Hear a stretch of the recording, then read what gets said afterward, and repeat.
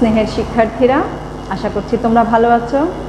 করোনাকালীন এই মহামারীর সময়ে তোমাদের শিক্ষা ব্যবস্থা যেন সমস্যায় না পড়ে, এই জন্য বর্ণমালা আদর্শ উচ্চ বিদ্যালয় ও কলেজ থেকে এই অনলাইন ক্লাসের ব্যবস্থা করা হয়েছে। আমরা আশা করছি তোমরা আমাদের এই ক্লাসগুলো অত্যন্ত মনোযোগের সাথে অ্যাটেন্ড করছো। তাহলে চলো আমরা আজকে তোমাদের সাথে ভূগোলের আরেকটি ক্লাস শুরু করি। আমি আছি লাইলুন নাহার, প্রভাষক ভূগোল। আজকে আমি যে বিষয়টি নিয়ে পাঠদান করব সেটি হচ্ছে দশম শ্রেণীর ভূগোল ও পরিবেশ বিষয়ে খুবই গুরুত্বপূর্ণ এবং খুবই পরিচিত একটি অধ্যায়, পরিচিত একটা বিষয়। সেটি হচ্ছে ভূমিকম্প ও আগ্নেয়গিরি। তাহলে চলো শুরু করা যাক। প্রথমে আমরা জেনে নিব ভূমিকম্প কি। ভূমিকম্প হচ্ছে হঠাৎ সৃষ্ট কোনো কম্পন যখন ভূত্বককে আলোড়িত করে, অর্থাৎ কাঁপিয়ে দেয়, তাকেই ভূমিকম্প বলে। আমরা এভাবেও লিখতে পারি, পৃথিবীর কঠিন ভূত্বকের কোনো কোনো অংশ প্রাকৃতিক কারণে অল্প সময়ের জন্য হঠাৎ কেঁপে ওঠে। ভূত্বকের এরূপ আকস্মিক কম্পনকে ভূমিকম্প বলে। অর্থাৎ ভূত্বক কখনো কখনো হঠাৎ করে আকস্মিকভাবে কেঁপে ওঠে, আর এই কম্পনটাকেই বলা হয় ভূমিকম্প। সংজ্ঞাটা আমরা খুব ভালো করে মনে রাখবো। ভূমিকম্প হচ্ছে হঠাৎ সৃষ্ট কোনো কম্পন যা ভূত্বককে আলোড়িত করে, তাই হচ্ছে ভূমিকম্প। ভূমিকম্প সাধারণত খুব অল্প সময়ের জন্য হয়ে থাকে, কয়েক সেকেন্ড এই রকম। আবার কিছুক্ষণ পরপরও হয়ে থাকে। অনেক সময় দেখা যায় একটা কম্পনের কিছুক্ষণ পর আরেকটা কম্পন শুরু হয়েছে, কিছুক্ষণ পরপর কম্পন হতে দেখা যায়। ভূমিকম্প মৃদু হতে পারে, খুব হালকা ভূমিকম্প হতে পারে, আবার প্রচণ্ড আকারেও দেখা যায়। যখন প্রচণ্ড ভূমিকম্প হয় তখন আশেপাশে চারদিক কাঁপতে থাকে এবং রাস্তাঘাট, বিভিন্ন ধরনের ইমারত যেগুলো আছে সেগুলো অনেক সময় হেলে পড়ে, তারপরে ফেটে যায়, ফাটল দেখা যায়, এই ধরনের সমস্যাগুলো তৈরি হয়। তাহলে আমরা জানলাম ভূমিকম্প কি। একটু যদি আমরা চিত্রে দেখি তাহলে বুঝতে পারবো ভূমিকম্পটা অ্যাকচুয়ালি ভূ অভ্যন্তরে উৎপত্তি হয়। ভূ অভ্যন্তরে যেখানে ভূমিকম্পের সৃষ্টি হয় সেটাকে বলে কেন্দ্র, আর কেন্দ্র থেকে ঠিক বরাবরের উপরে ভূপৃষ্ঠের উপরের জায়গাটাকে বলে উপকেন্দ্র। আস্তে আস্তে তরঙ্গের মতো চারদিকে এই কেন্দ্র থেকে ভূমিকম্প কি হয়, চারদিকে ছড়িয়ে পড়তে থাকে। অনেকটা পুকুরে একটা ঢিল মারার মতো। আমরা যদি পুকুরে একটা ঢিল মারি তাহলে দেখব যেখানে ঢিলটা পড়েছে সেখান থেকে আস্তে আস্তে ঢেউটা চারদিকে ছড়িয়ে পড়েছে। ভূমিকম্প ঠিক সেরকমই, যেখানে উৎপত্তি হয় সেখান থেকে আস্তে আস্তে চারদিকে ছড়িয়ে পড়ে এর কম্পন। এই যে ভূমিকম্প আমরা পড়লাম, এই ভূমিকম্প কেন হয়, ভূমিকম্প হওয়ার কারণ কি? ভূমিকম্প সৃষ্টির কারণ সম্পর্কে বিজ্ঞানীরা নানান ধরনের মতামত দিয়ে থাকেন।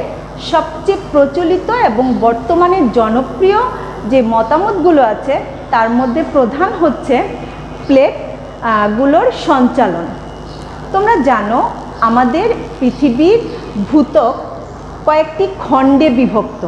এক একটা খণ্ডকে ফলক বা প্লেট বলে। এরকম 7টি বড় খণ্ড আছে, 20টি ছোট খণ্ড আছে। এই খণ্ডগুলোকে আমরা কি বলি? ফলক বলি বা প্লেট বলি। এই প্লেটগুলো গুরুমণ্ডলের যে বহি গুরুমণ্ডল আছে সেই বহি গুরুমণ্ডলের লাভাগুলো যে আছে, তরল পদার্থ ম্যাগমা, সেই ম্যাগমার মধ্যে ভাসমান অবস্থায় আছে। ম্যাগমাতে যদি কোনো কারণে স্রোতের সৃষ্টি হয়, পরিচলন স্রোত অথবা পৃথিবীর আহ্নিক গতির কারণে যে স্রোতের সৃষ্টি হয়, এর ফলে এই প্লেটগুলো কি করে, সঞ্চালিত হয়, এক স্থান থেকে অন্য স্থানে চলাচল করে। এই চলাচলের ফলে যদি দুটো প্লেট একসাথে সংঘর্ষ হয় দুটো প্লেটের, তখন সেখানে ভূমিকম্প অনুভূত হয়ে থাকে।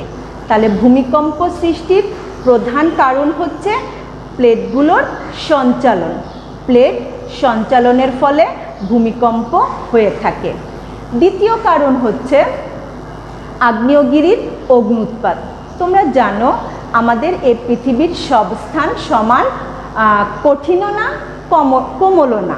কোথাও কঠিন শিলা দ্বারা গঠিত আমাদের ভূত্বক, কোথাও কোমল শিলা দ্বারা গঠিত। এই কোমল শিলা যেখানে আছে সেখানে যদি কোনো ফাটল থাকে, সেই ফাটল দিয়ে তীব্র বেগে ভূ অভ্যন্তর থেকে লাভা, জলীয় বাষ্প, ছাই ইত্যাদি বের হয়ে আসে। তখন সে স্থানে ভূমিকম্প সৃষ্টি হতে দেখা যায়। তাহলে ভূমিকম্প সৃষ্টির প্রধান কারণ হচ্ছে প্লেটগুলোর সঞ্চালন। দ্বিতীয় কারণ হচ্ছে আগ্নেয়গিরির অগ্ন্যুৎপাত। এছাড়া আরও অনেকগুলো কারণে ভূমিকম্প হয়ে থাকে।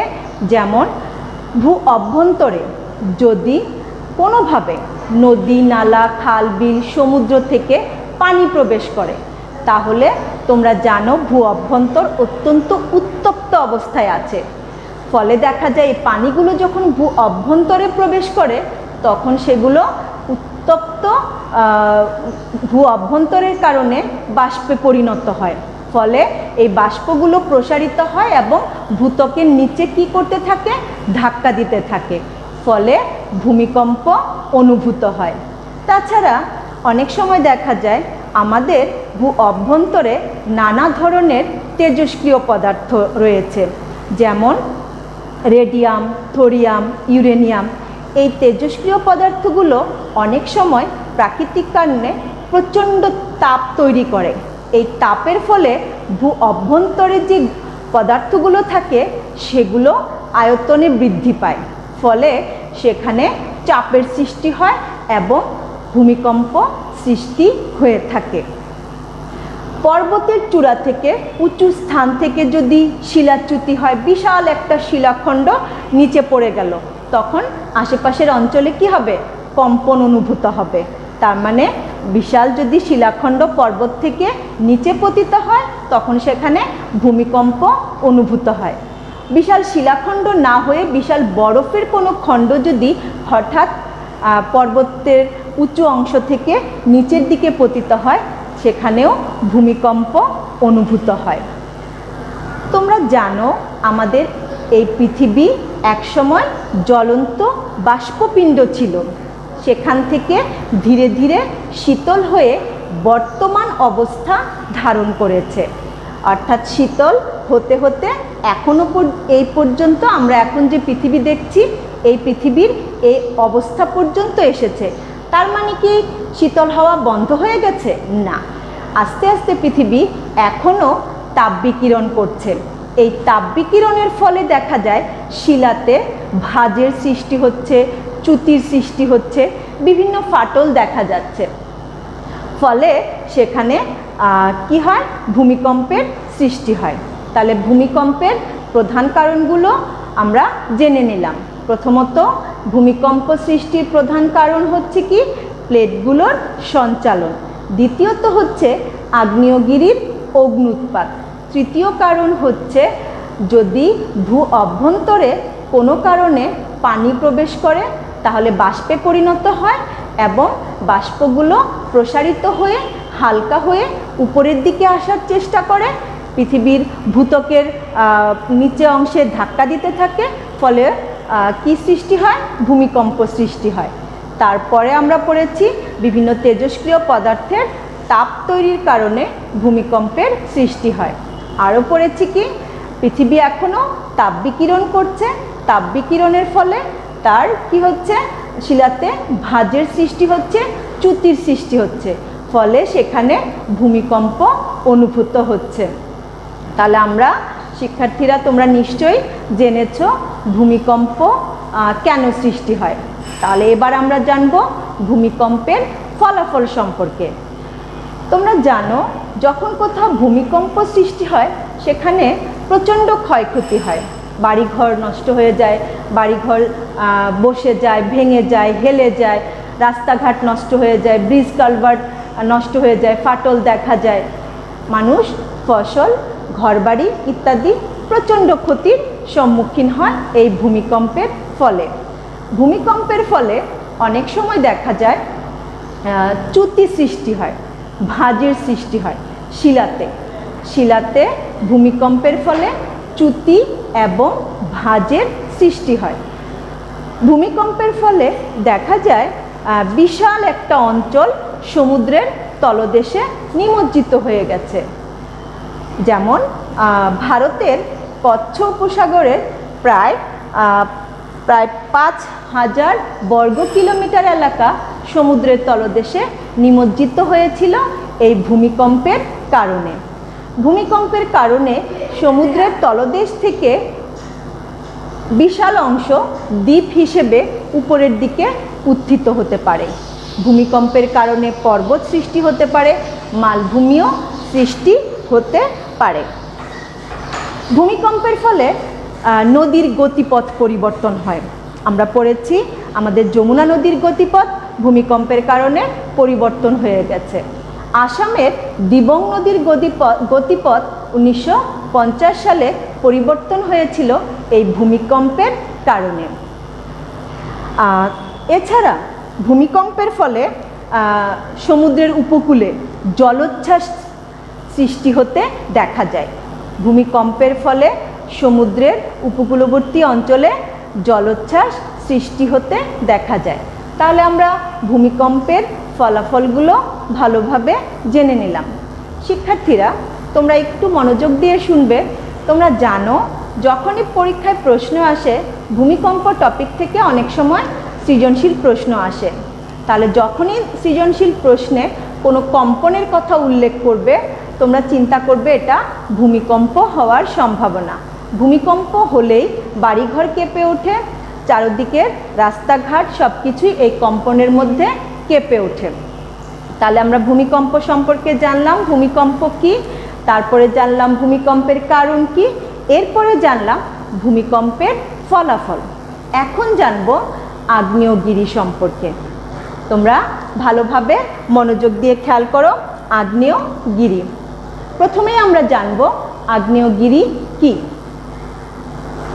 তোমরা জানো আমাদের এই ভূত্বক সব জায়গায় সমান কঠিন না বা কোমল না। আমাদের ভূত্বক কোথাও কোমল, কোথাও কঠিন। কোনো কারণে কোনো সময় দেখা যায় ভূগর্ভের চাপ প্রবল হলে, কোনো সময় দেখা যায় ভূগর্ভের চাপ প্রবল হলে ভূত্বকের যে কোমল শিলাস্তর আছে সেই কোমল শিলাস্তর ফেটে যায়, সেখানে ফাটল দেখা যায়, ফলে সেখানে সুড়ঙ্গের সৃষ্টি হয়।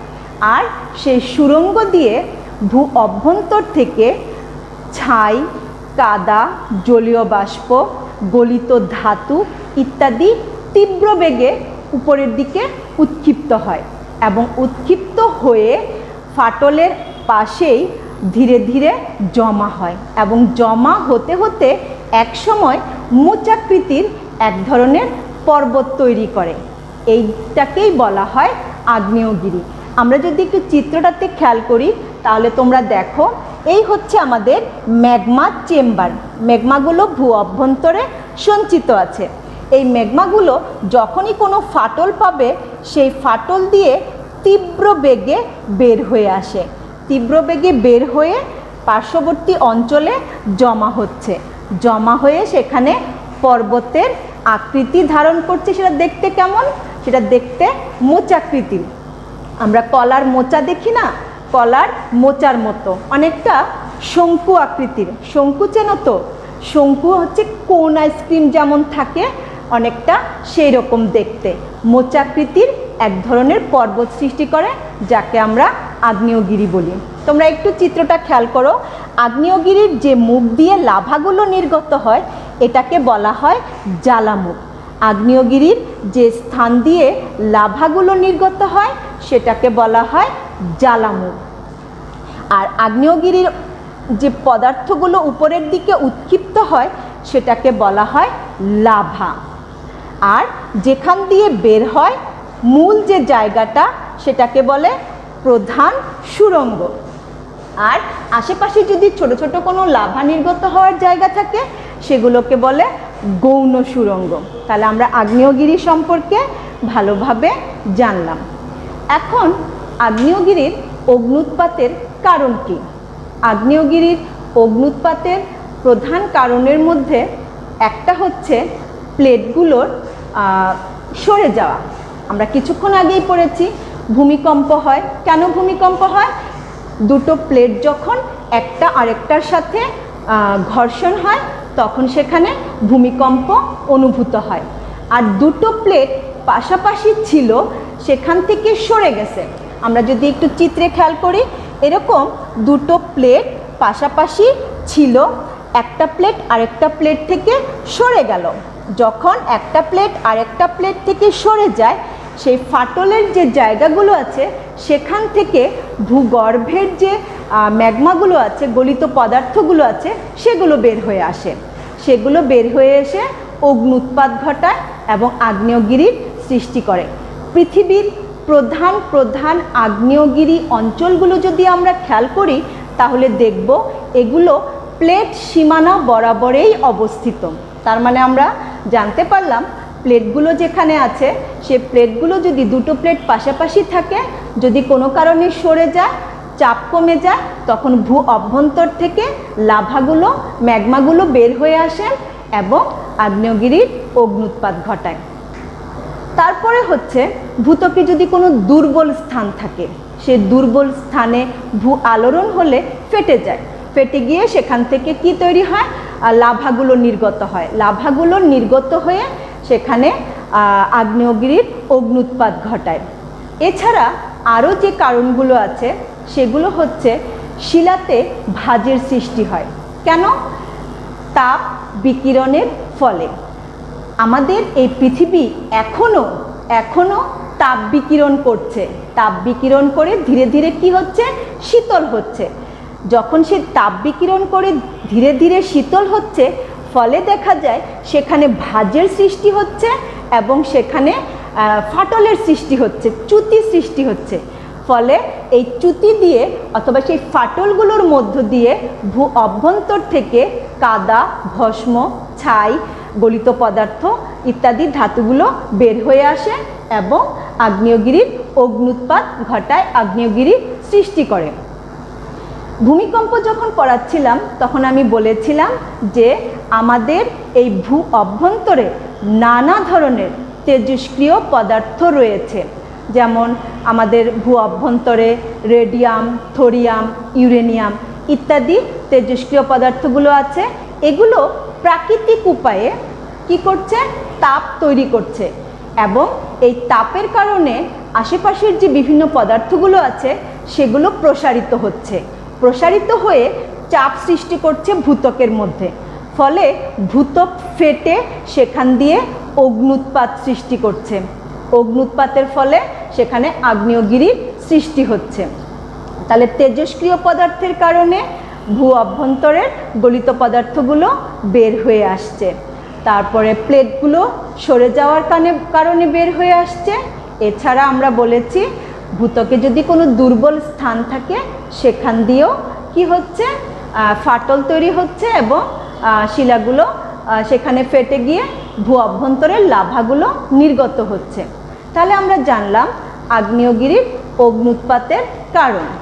এখন আমরা দেখব আগ্নেয়গিরির শ্রেণী বিভাগ। আগ্নেয়গিরি প্রধানত 3 ধরনের। এক হচ্ছে সবিরাম আগ্নেয়গিরি। সবিরাম মানে যেখান থেকে নিয়মিতভাবে অগ্ন্যুৎপাত হচ্ছে। এমন আগ্নেয়গিরি কোনটি? এমন আগ্নেয়গিরি হচ্ছে ইতালির ভিসুভিয়াস। দ্বিতীয় হচ্ছে সুপ্ত আগ্নেয়গিরি, অর্থাৎ এখান থেকে অগ্ন্যুৎপাত হয়েছে, এখন বন্ধ আছে, কিন্তু যে কোনো সময় আবার অগ্ন্যুৎপাত হওয়ার সম্ভাবনা আছে। এমন আগ্নেয়গিরিগুলোকে বলা হচ্ছে সুপ্ত আগ্নেয়গিরি। এরকম আগ্নেয়গিরি কি আছে? এরকম আগ্নেয়গিরি আছে জাপানের ফুজিয়ামা। আর হচ্ছে মৃত আগ্নেয়গিরি, যে আগ্নেয়গিরিগুলো একসময় অগ্ন্যুৎপাত হতো, এখন আর সেই আগ্নেয়গিরি থেকে অগ্ন্যুৎপাত হয় না। ফলে কি হচ্ছে, এখানে জ্বালামুখটা বন্ধ হয়ে গেছে, সেখানে হয়তো হ্রদের সৃষ্টি হয়েছে। এমন আগ্নেয়গিরি কোথায় আছে? এমন আগ্নেয়গিরি আছে ইরানের কোহি সুলতান। তাহলে আমরা আগ্নেয়গিরির শ্রেণীবিভাগ জানলাম। আকার এবং আকৃতির উপর ভিত্তি করে আগ্নেয়গিরিকে আরও 3 ভাগে ভাগ করা যায়, যেমন সিন্ডার কোন, স্ট্রাটো, তারপরে হচ্ছে শিল্ড আগ্নেয়গিরি, এভাবেও ভাগ করা যায়। শিক্ষার্থী বন্ধুরা, এখন আমরা দেখব আগ্নেয়গিরির অগ্ন্যুৎপাতের ফলাফল। আগ্নেয়গিরির অগ্ন্যুৎপাতের সুফলও আছে, আবার কুফলও আছে। আমরা সুফলগুলো আগে জেনে নেই। আগ্নেয়গিরির অগ্ন্যুৎপাতের ফলে পর্বতের সৃষ্টি হয়, যেমন ইতালির ভিসুভিয়াস। আগ্নেয়গিরির অগ্ন্যুৎপাতের ফলে মালভূমি সৃষ্টি হয়, যেমন ভারতের দাক্ষিণাত্যের মালভূমি। আগ্নেয়গিরির অগ্ন্যুৎপাতের ফলে সমভূমির সৃষ্টি হয়, যেমন আমেরিকার স্নেক নদীর সমভূমি। আগ্নেয়গিরির অগ্ন্যুৎপাতের ফলে জ্বালামুখ যেখানে থাকে সেখানে পানি সঞ্চিত হয়ে হ্রদ সৃষ্টি করে, যেমন আলাস্কার আটাকামা। আগ্নেয়গিরির অগ্ন্যুৎপাতের ফলে ভূ অভ্যন্তর থেকে বিভিন্ন ধরনের গুরুত্বপূর্ণ খনিজ পদার্থগুলো বের হয়ে আসে। এই খনিজ পদার্থগুলো আমরা বিভিন্নভাবে ব্যবহার করে থাকি। গবেষণারও বিষয় এটি, অর্থাৎ ভূ অভ্যন্তরে কি আছে সেটা আমরা লাভাগুলো যখন গবেষণা করি তখন অনেক কিছু জানতে পারি। আগ্নেয়গিরির অগ্ন্যুৎপাতের ফলে যে মৃত্তিকার সৃষ্টি হয় সেগুলো অনেক সময় উর্বর হয়, যেমন ভারতের যে দাক্ষিণাত্যের মালভূমি আছে সেই দাক্ষিণাত্যের মালভূমির যে কৃষ্ণ মৃত্তিকা, এগুলো এই কৃষ্ণ মৃত্তিকা কার্পাস অর্থাৎ তুলা চাষের জন্য অত্যন্ত উপযোগী। তার মানে আমাদের আগ্নেয়গিরির অগ্ন্যুৎপাতের ফলে এগুলো হচ্ছে সুফল। পর্বতের সৃষ্টি হচ্ছে, বলতে ভুলেই গেছি, আগ্নেয়গিরির অগ্ন্যুৎপাতের ফলে যদি সমুদ্রের তলদেশে আগ্নেয়গিরির অগ্ন্যুৎপাত হয় তাহলে সেখানে দ্বীপ সৃষ্টি হয়, যেমন প্রশান্ত মহাসাগরের হাওয়াই দ্বীপপুঞ্জ সৃষ্টি হয়েছে আগ্নেয়গিরি থেকে নির্গত লাভা সঞ্চিত হতে হতে হতে হতে একসময় এই দ্বীপ গঠিত হয়েছে। তাহলে আমরা সুফলগুলো জানলাম। পর্বত সৃষ্টি হচ্ছে, মালভূমি সৃষ্টি হচ্ছে, সমভূমি সৃষ্টি হচ্ছে, দ্বীপ সৃষ্টি হচ্ছে, খনিজ পদার্থগুলো আমরা ব্যবহার করতে পারছি, মূল্যবান খনিজ পদার্থ। তারপরে হচ্ছে কৃষ্ণ মৃত্তিকা তুলা চাষের জন্য অত্যন্ত উপযোগী। তাহলে আগ্নেয়গিরির অগ্ন্যুৎপাত আমাদের বেশ কিছু সুফল দিয়ে থাকে।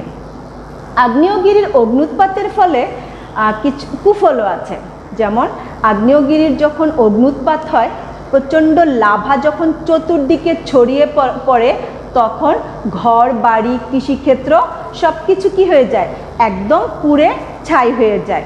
ফলে সম্পদের হানি হয়, জানমালের ক্ষতি হয়।